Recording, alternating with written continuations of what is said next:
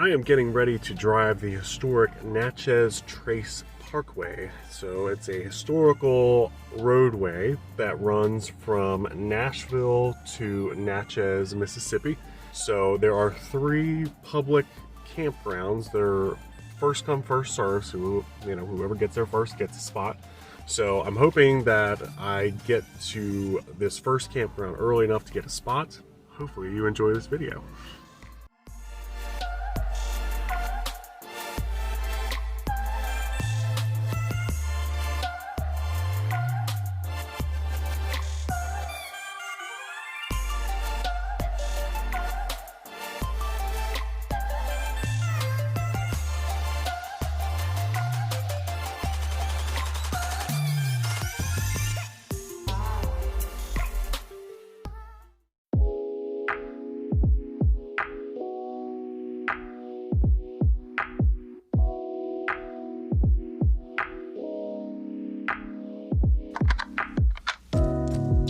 I'm actually really excited. I think this is going to be more in line with what I like to do. I think this is going to be pretty similar. From what I understand, there's places that you can stop and see along the way. There's hiking trails, there's campgrounds. It's a very historical pathway, which I will get into a little bit later. So a little bit of history about what the Natchez Trace Parkway is. It is owned by the National Park Service, and it is the scenic byway that takes you from Nashville to Natchez. So as you're driving through this byway, there are several different places that you can see, multiple different places that you can stop and visit. There are hiking trails, there are historical sites. There's just so many different things that you can do along this drive. There's natural things that you can do, there's historic things that you can see, and it all follows this trace. And I'm not quite sure what trace means yet, but I'm going to equivalent it to trail. It's a very historic roadway that led people from Nashville to Louisiana, and it was very pivotal in the 1800s because it was a main thoroughway for people to travel west, and along the way it's been preserved, and now, like I said, it's owned by the Park Service and you can drive the whole thing. It's actually 440 miles from beginning to end, which is okay, not a big deal. I'm excited about it. This is, I will definitely say this is a road tripper's dream because there's not a lot of traffic. It's a closed road, so it's not a residential road. You drive along and the only things you see are associated with the byway.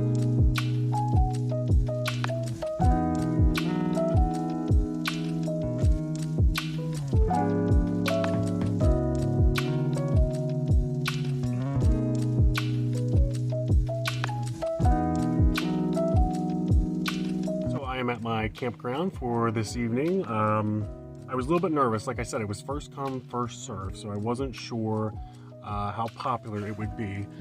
There are only 30 sites, and so where I'm at, I'm about maybe 60 miles south of Nashville. Campground itself, like I said, this is one of 3, I believe, along this parkway, and you can camp for free. You can camp for free up to 14 days. Which is awesome. There are no electric sites. It's just tent camping, pull up type stuff. I'll show you what my campsite looks like. So outside I have a picnic table and a very small fire ring. The next site is not too far away from me. And there is the second site, or the site to the back of me, and the road is right there.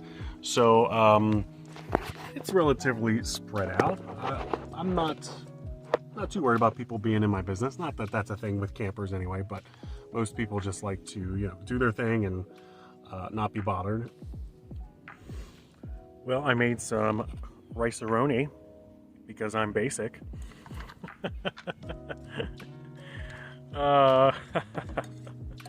I didn't have a fire, so I just used my stove, and I don't know, I just felt in the mood for chicken flavored rice. We're supposed to get rain and some storms again tonight.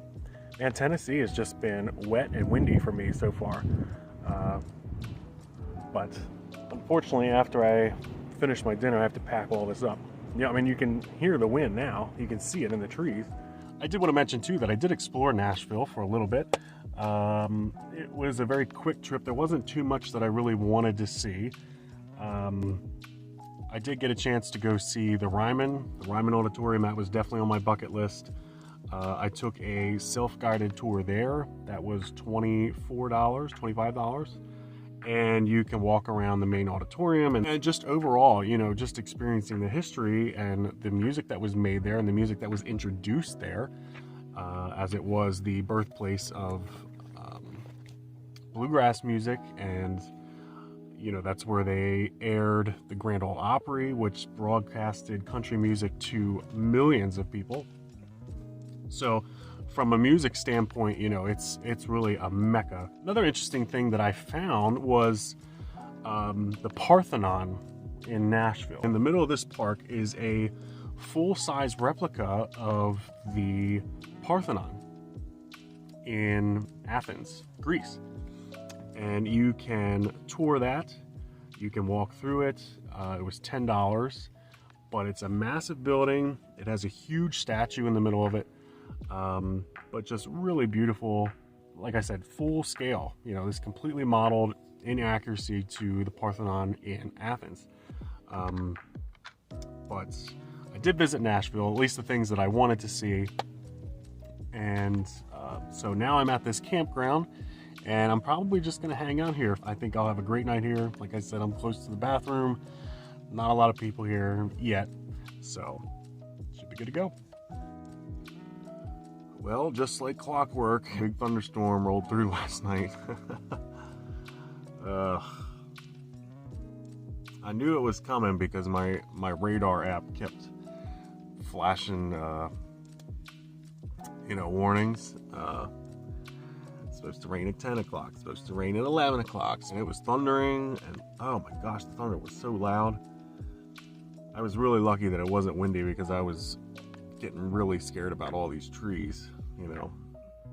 Wet ground and heavy wind. It's not a good mixture. But luckily none of that happened, and everything that I have is dry, so I am slowly waking up this morning. But I have about a 100-mile drive today.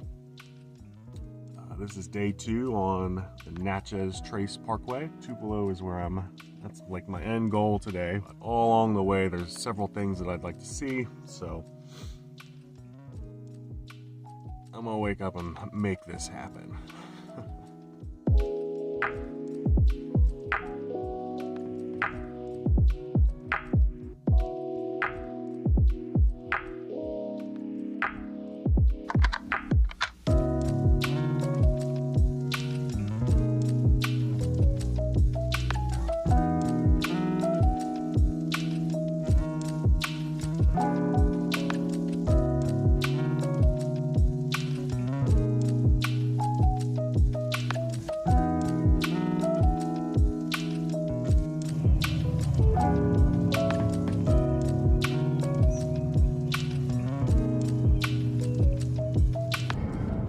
Well, unfortunately, there was a big detour, like a 40-mile long detour, so there were quite a few things that I missed.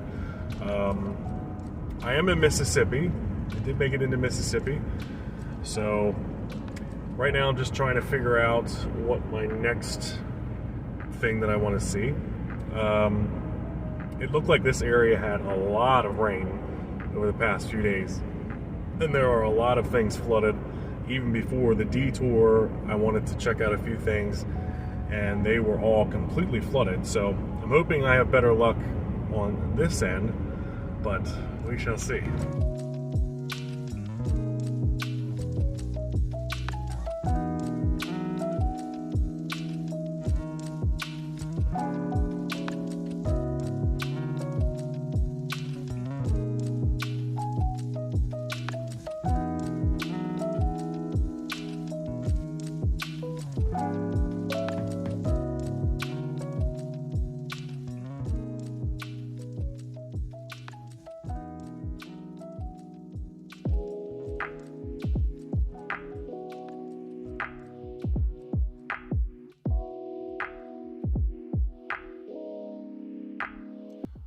All right, I made it to the campground, and this is my second night traveling the Natchez Trace Parkway. It's a little bit more crowded. It's a Sunday night. It's Easter, actually. Happy Easter.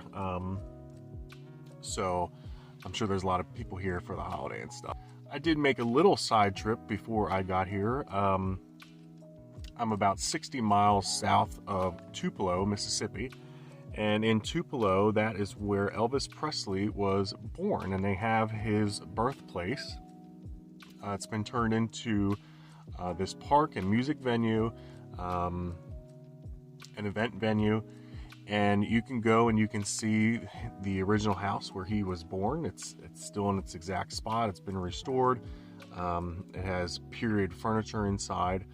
There is also a museum with a bunch of different artifacts from his life, from his musical career, from his childhood, and that's really what the whole museum, the whole park touches on, is the first 13 years of his life, because that's how long he lived in Tupelo. From there, him and his family transitioned to Memphis. So it really touches on the first 13 years of his life and his childhood and his upbringing, and the different types of musical influences that he had growing up. One of them was the church that his family attended, where he first heard gospel music. They also talk about a different part of the town in Tupelo that used to have a juke joint where they would play, loud music and live music, and he would walk by after school and listen to all the different types of music. And then they had a radio that he grew up with, where him and his family would listen to Grand Ole Opry. So that's where he got his kind of country influence. So it's very interesting.